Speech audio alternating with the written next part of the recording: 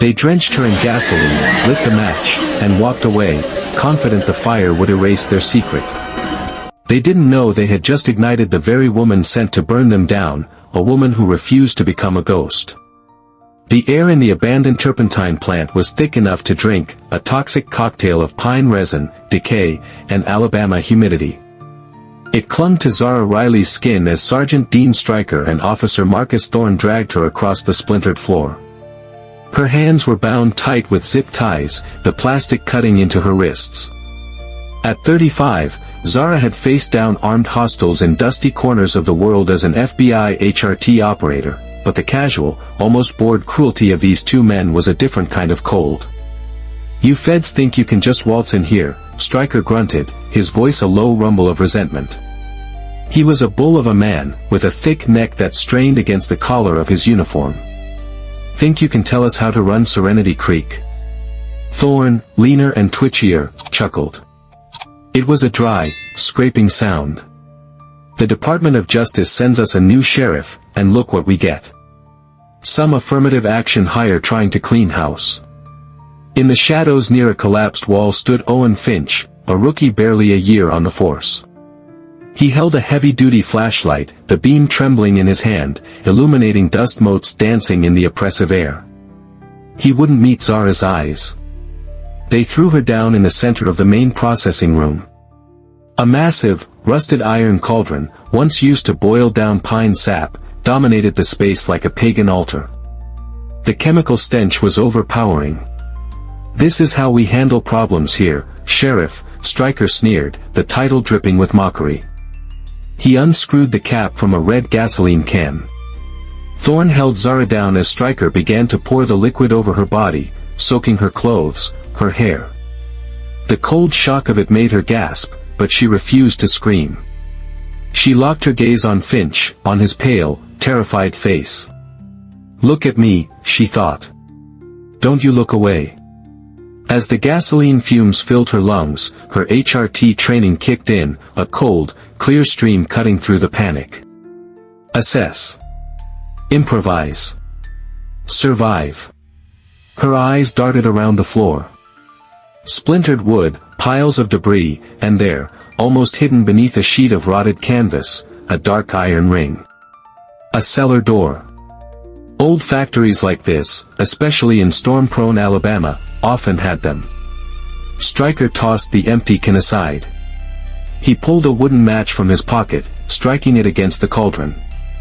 The flame flared to life, a tiny, malevolent star in the gloom. "Welcome to Serenity Creek," he said. He dropped the match. The world exploded. A whoosh of sound and heat slammed into Zara, a living wall of fire. In that split second, as Thorne recoiled from the heat, she acted. She twisted, kicked, and rolled, throwing her body toward the iron ring. Her shoulder hit the floor hard, but her fingers found the cold metal. She pulled. The heavy door, rusted at the hinges, lifted just enough. The fire roared behind her, devouring the oxygen, chasing her down. She didn't hesitate. She plunged headfirst into the darkness below as the floor above her became a raging inferno. She landed on a packed earth floor, the impact jarring every bone in her body. The iron door slammed shut above, sealing her in a tomb of suffocating heat and the smell of her own burning clothes. But it was a tomb that had, for the moment, saved her life. For hours, Zara drifted in and out of consciousness in the suffocating blackness of the storm cellar. The air was hot and thin, the roar of the fire above a constant, deafening thunder. When she finally came to, the world was silent, save for the drip of water and the groaning of cooling metal. Pain was her new reality, a searing agony across her back, her arms, her neck. She fought her way to her feet, using the damp cellar wall for support. With methodical patience born from countless hours of survival training, she scraped the zip ties against a sharp edge of a broken pipe until they snapped. Free, she pushed against the iron door above. It was immensely heavy, covered in debris. It took every ounce of her remaining strength, but finally, it shifted, opening a crack to a world of gray ash and smoke. She crawled out into the skeletal remains of the turpentine plant. Dawn was breaking, filtering through the smoke-filled canopy of the surrounding forest. And that's when she was found.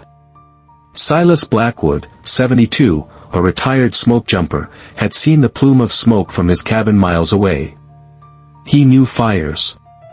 He knew the smell of burning pine, but this fire had smelled different, acrid, chemical. Wrong. His instincts, honed by decades of parachuting into blazing wildernesses, had led him here. He expected to find a smoldering ruin. He did not expect to find a woman, horrifically burned and barely alive, emerging from the ashes like a vengeful spirit. He didn't ask questions. He saw the remnants of zip ties on her wrists and the determination in her eyes, a fire that hadn't been extinguished. He helped her back to his secluded cabin, a fortress of solitude tucked deep in the woods. There, using skills learned from battlefield medics and old folk remedies, he tended to her burns. This town. Serenity Creek, Silas said, his voice raspy like dry leaves. It's got a pretty name. But a pretty name is just a coat of paint on rotting wood. Over the next few days, as Zara's body began the slow, agonizing process of healing, Silas told her about the town. About the unspoken hierarchy, the families who had run things for generations, and the quiet disappearances. On the third night, a secure message appeared on Silas's old satellite laptop. It was from a man named Leo Jenkins, the county archivist. He was the town's quiet memory, its forgotten conscience. Leo had seen the state appointment for a new sheriff and had been waiting, hoping. The encrypted files he sent painted a horrifying picture. Over the last decade, 12 black women had vanished in or around Serenity Creek. Each case was closed. Ran away. No foul play suspected. Left for a new life. The reports were all signed by Sergeant Dean Stryker. Leo had kept the original, unaltered digital copies of everything: missing person reports, witness statements that were ignored, patrol logs that showed police vehicles miles away from where they claimed to be. He had been waiting for someone strong enough to use the truth. Lying in that bed, her body a roadmap of pain, Zara Riley knew her mission was no longer about law enforcement. It was about retribution. Silas's cabin became a war room. The main wall, once decorated with faded maps of national forests, was now covered by a large-scale map of Serenity Creek and its surrounding county. Zara, her movements stiff and painful, began to connect the dots. Each of the 12 disappearances was marked with a red pin. She cross-referenced the locations with property records Leo had supplied. A chilling pattern emerged. 9 of the disappearances occurred on or bordering land owned by a small, influential group of men, members of the town council, business owners, all part of a so-called historical society called the Sanctified Soil. They see this land as a birthright, Silas explained, pointing to a sprawling tract of forest. They believe they have to keep it pure. The turpentine plant sat right in the middle of this web of properties, a black hole at the center of their territory. It was their altar. While sifting through the digital evidence from Leo, Zara found a reference in an old town ledger to a stone chimney at the plant, the only part of the original structure that would have survived any fire. She asked Silas to go back. Be careful, she warned. They may be watching the site. Silas returned hours later, his face grim. He'd found it, carved into the stone base of the chimney, hidden beneath a century of grime, a symbol. A twisted cross clutched in the talons of a vulture. It was the mark of the sanctified soil. But he'd found something else, too. Half buried in the mud near the access road was a Zippo lighter, tarnished but intact. Engraved on its side was the Serenity Creek Sheriff's Department crest and a single initial, F. Finch. The rookie. The one with the trembling hands and the terrified eyes. He's the weak link, Zara whispered, her mind racing. He's scared. He might have dropped it on purpose. It was more than a clue, it was a crack in their wall of silence. It was a psychological opening. Zara's strategy began to form, not just as a sheriff, but as the hunter she was trained to be. She wouldn't just expose them, she would dismantle them from the inside out. She looked at the map, at the red pins that represented stolen lives. Her own pain, her own burns, seemed to fade into the background, replaced by a cold, sharp focus. She was no longer just a survivor. She was an avenger for the ghosts of Serenity Creek. On the wall, beside the map, she taped a single sheet of paper with a quote she remembered from her FBI training: "The only thing necessary for the triumph of evil is for good men to do nothing." Finch was about to be given a choice. The plan was audacious, a high-stakes gamble that relied on psychology as much as evidence. Zara needed more than a symbol on a chimney and a dropped lighter, she needed a confession, an undeniable act of malice caught on tape. She had one piece of gear that had survived the fire, tucked into a small, fire-retardant pouch on her belt, a prototype evidence recorder, no bigger than a shirt button. It was heat-resistant, waterproof, and programmed to upload encrypted data to a secure cloud server the moment it detected a network signal. Its audio-visual quality was unparalleled. The bait was the Zippo. Through a carefully constructed anonymous tip that Leo Jenkins fed into the local gossip network, word began to spread: state investigators are coming. They found something at the old plant, something that will identify the arsonists. Zara knew Stryker's arrogance. He wouldn't trust anyone else to clean up a potential mess.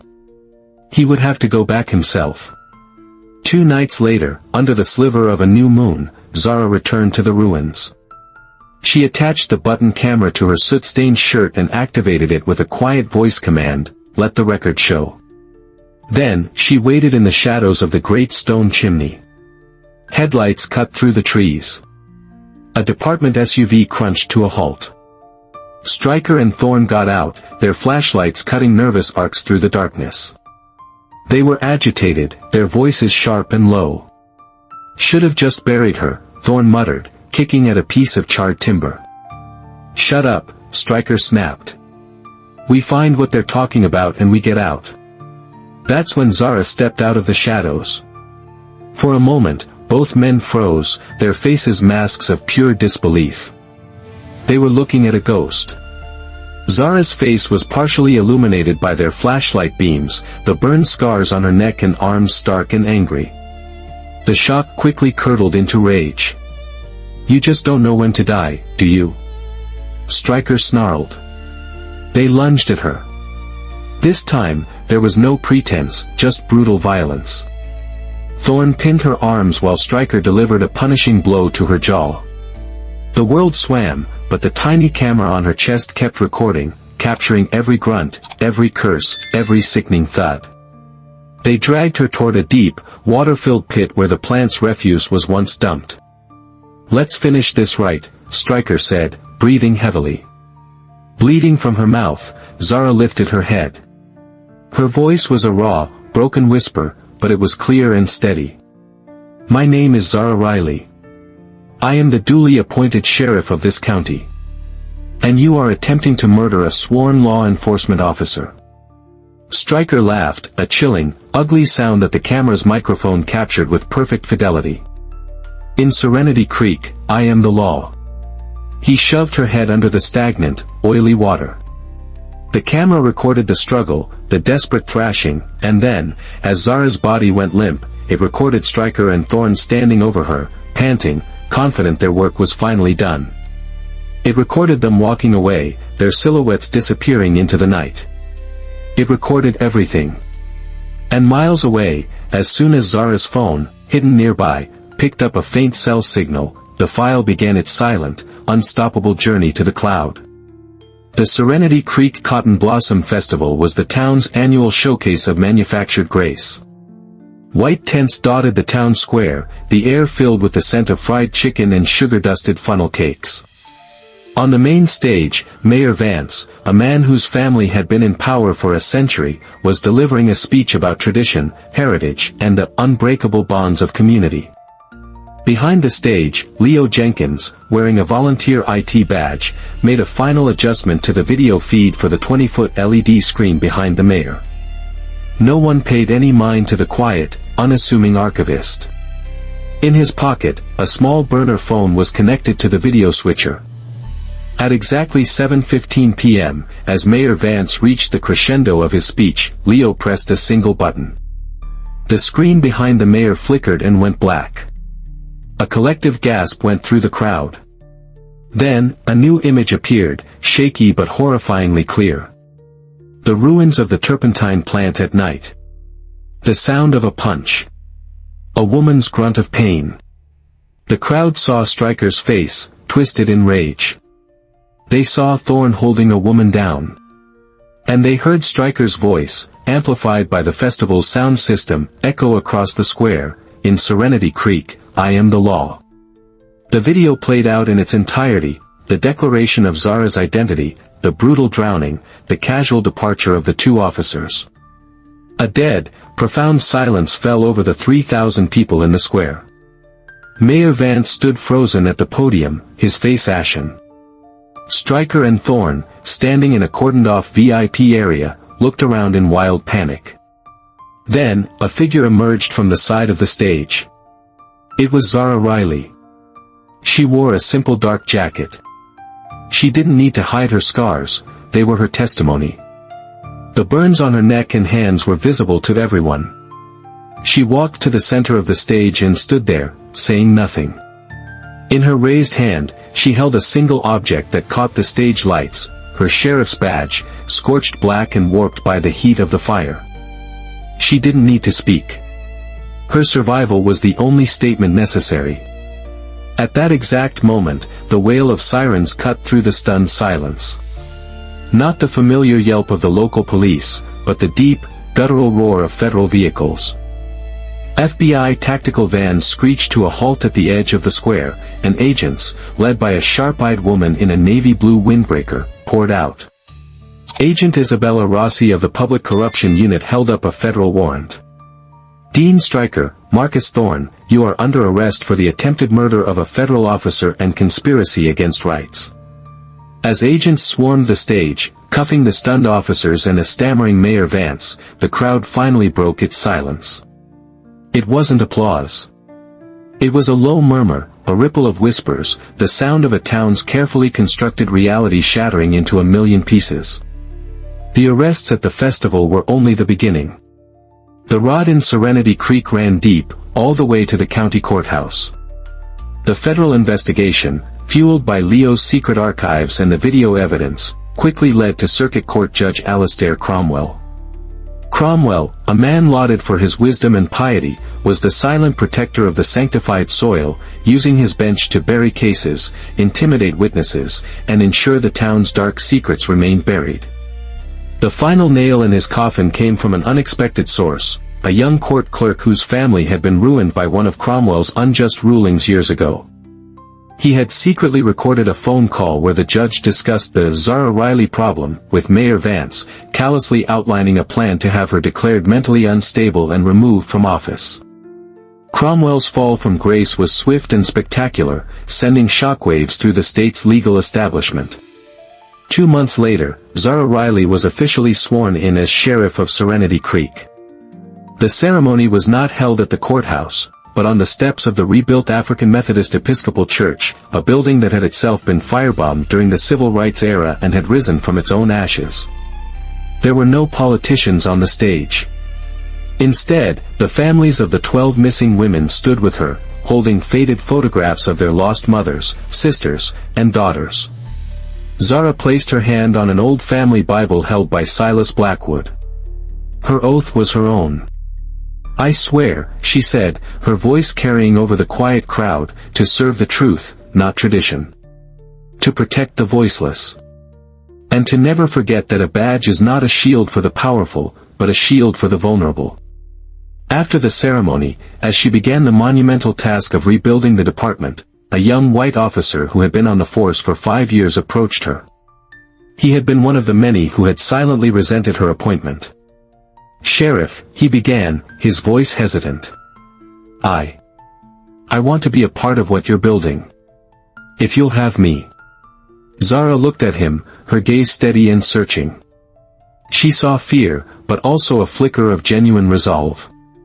She thought of Finch, The rookie whose fear had led him to drop a lighter, a small act of conscience that had started it all. Finch was now the government's star witness, his testimony helping to dismantle the entire conspiracy. Far away in Washington, D.C., a bipartisan group of senators, moved by her story, had just introduced a new piece of legislation to Congress, the Riley Act, a bill designed to provide federal protection for whistleblowers within law enforcement agencies. Justice hadn't fully arrived in Serenity Creek. It was a process, a slow, painful rebuilding. But for the first time, the foundation was solid. Zara nodded at the young officer. "Good," she said, a hint of a weary smile touching her lips. "We'll start from there."